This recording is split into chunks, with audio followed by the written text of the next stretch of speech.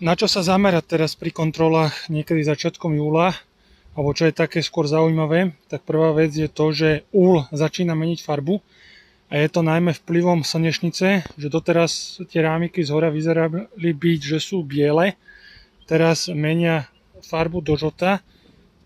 Táto medzistenka a táto je tu vložená ako posledná, tieto sú možno 2 týždne, ale ostatné tie rámiky už majú viditeľne žltú farbu a to sa vlastne mení podľa toho, na akú znášku zrovna včely lietajú. Teraz začína slnečnica, takže preto ten úl bude meniť farbu do žlta, až na konci bude mať pomaly oranžovú farbu.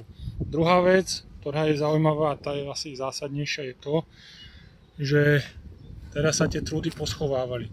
Ale strašne veľa trúdov už vidím na mnohých úloch, že sú vytlačené do kraja úla, na krajné uličky. A to signalizuje iba to, že trúdy to už v tejto chvíli majú zrátané a pravdepodobne už teraz ich začínajú včely vyhľadovávať. Mnohé ženy, hlavne ženy, boli zhrozené z toho, že ako fungujú trúdy, že si raz vrznú s matkou a uhynú.